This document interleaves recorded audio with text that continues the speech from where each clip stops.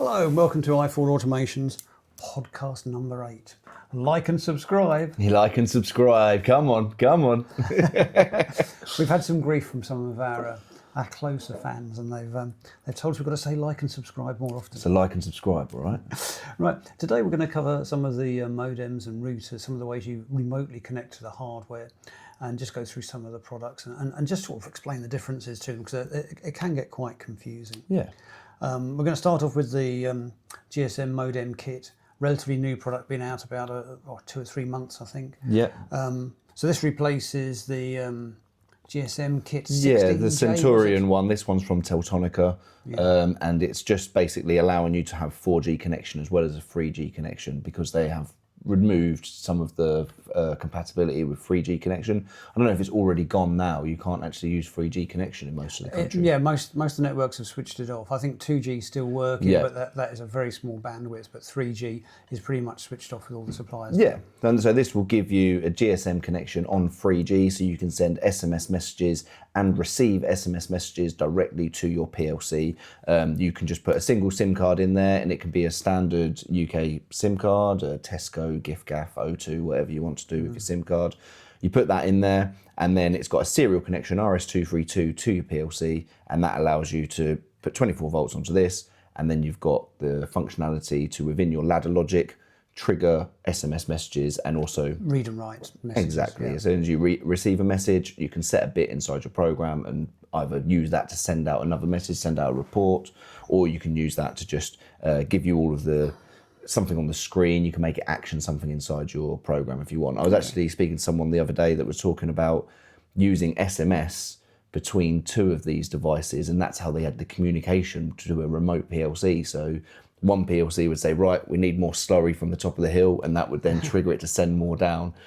It terrified me that was going to not work all the time, but it's possible and it can be done. It's non-deterministic, isn't it? SMS messages, you can't tell when it's going to send that message. Yeah. You can't determine when it's going to send it in what window. So it's going to queue and just wait to be sent. Yeah. So, that can be a little bit worrying with that sort of technology. But this can be really useful. We had a customer they've got 3G connection currently, and it's been toned off in their area, and they're using one of the CINTERION modems that we were previously selling.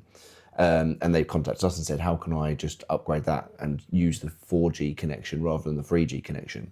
And this is your answer. You get one of those in there. The setup looks to be pretty much exactly the same as with the old modem, so you should be good to go. Should be interchangeable. Yeah, 100%. Can you program over that? No, you can't do any programming over that. It's just purely a GSM connection to allow you to send and receive SMS messages. Okay. And there's a function in there for sending and receiving phone calls. I don't quite understand how that works, but there is a way that you can phone the modem itself. Maybe to do the same as what we're talking about with the SMS messages. I've not played around with it myself, I must admit, but yeah, there is an option in there. It's like how many rings until it actions something inside your program, from what I was looking at. Oh, okay, so you could actually...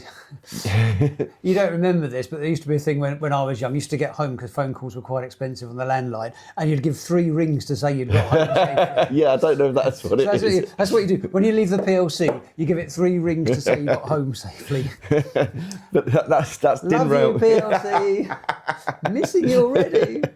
And you can then trigger it to send an SMS back to say, missing you too.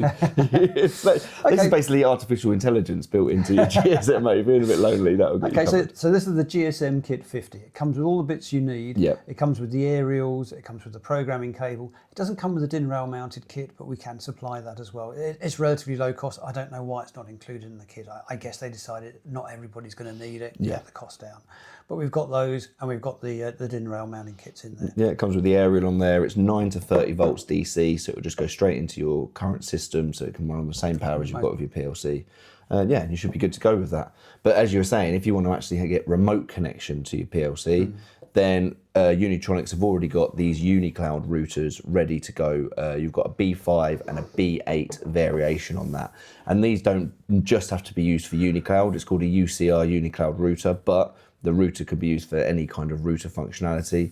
On the B5, you've got a single SIM card that you can add in there. Comes with aerials as well, the same as with the GSM kit, but this gives you 3G, 4G connection, and that means you've actually got a data connection to your PLC. And that's why it's the UniCloud router, because it allows you to have a connection to your PLC using a data connection. So, and more importantly, on the Vision products, it converts the protocol, doesn't it? It does yes, some protocol conversion. Exactly. So it's using MQTT in there, and then you use this router to connect to the UniCloud system if you've got a Vision PLC.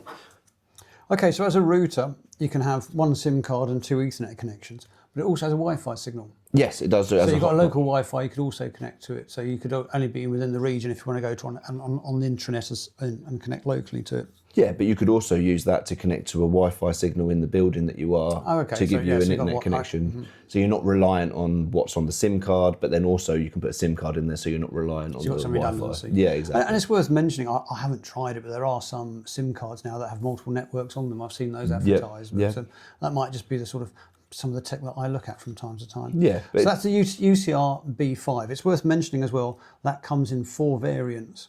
So it's a B5, there's one variant for Europe, there are 2 for the USA, and there's 1 for the rest of the world. So there are 4 variants of that. So, you know, depending on where the final machine's going to be installed, you might want a different one. Yeah. You don't need it with the Unistream to connect to UniCloud, but if you do want a peer-to-peer type connection, using a mobile network, using a SIM card effectively, that's a good choice. Yeah, and it can connect to the Vision system in that way, as we were saying, use MQTT, or you can use a Modbus connection to connect it to a third-party PLC as well. This can be used as just a networking solution, whatever you're doing. So these aren't made by Unitronics, but the software is customised for Unitronics. Exactly. To make the handshaking, the communications. They're Teltonica routers, which Unitronics have put some firmware on there to help them work with the system. I'm talking about MQTT. That's all working in the background. You don't have to worry about that. You don't. There's have no to program configuration. that. There's no work you need to do. There is a configuration, but there's not. You don't have to worry about the protocol that it's using. Okay. In there. It's So just pretty straightforward. Yeah.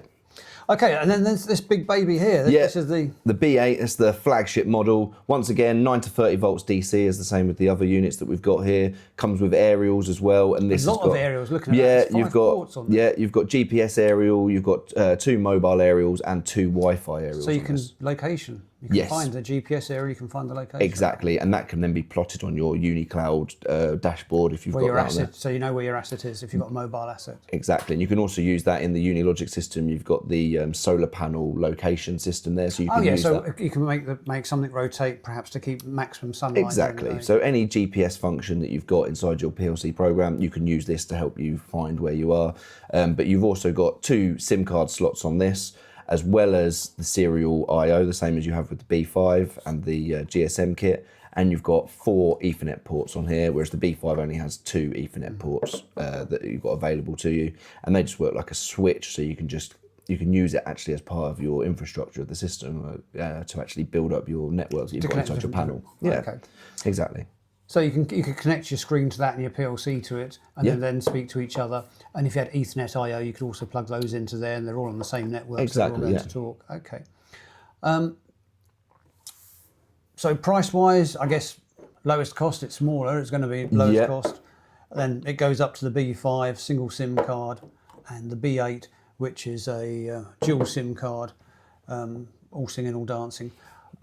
We do kits with these as well. So what we do is we add a DIN Rail mounting kit with it. So if you need a DIN Rail kit, ask us for the part number. We've got a slightly different part number, so you can just order it rather than order 2 parts. Yeah, normally these would be DIN Rail mounted. So again, this comes in 4 flavours. Yep. There's a European version, 2 USA, depending on which network you're on, and the rest of the world.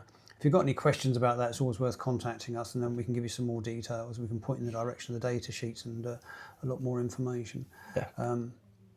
Do you have to do any software with these when you first get them? Is there any configuration? Yeah, there's a bit of configuration that needs to go in there. They've got a graphic user interface in the back end, so you connect to them either on the hotspot or you just put an Ethernet connection to them. That's where just like any other router. Then exactly. You put in a fixed IP and get in.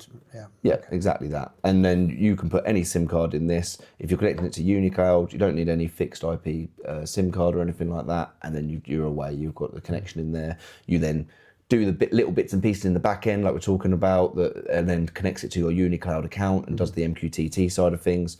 But in general, it's really quite easy to set up. But you only did MQTT side of things with the Vision products. You know, it's worth just highlighting. Well, no, the MQTT goes from this to the UniCloud account, but you don't need to worry about that connection on it.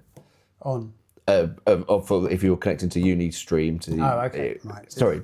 If you're connecting Unistream to your UniCloud account, it works in the background. So Yeah. sort of mentioning MQTT is probably a bit of a minefield because it's making things sound more complicated than they are.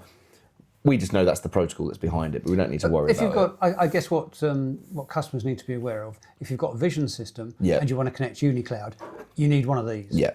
If you've got a Unistream and you want to connect to UniCloud, you don't need one of these. Yeah, exactly. You know, that's the short, that's the long and the short of it. And if you want to just have SMS messages, which you can do with UniCloud, but if you just want SMS messaging, something quite simple, that is a simple modem there that will just lay. Exactly. UniCloud has SMS and email alarms and alerts built into it, so you can build those into if you've got a connection to your UniCloud dashboard. But if you want to do the SMSing directly from the PLC, you can just grab yourself a GSM-KIT and then program the SMS messaging from directly inside the PLC. I think that pretty much covers it for today, doesn't it? Thanks for that. Don't forget, like and subscribe. Like and subscribe. Thanks for your time. Cheers.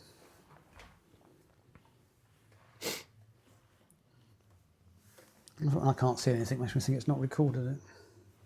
11 minutes. Okay.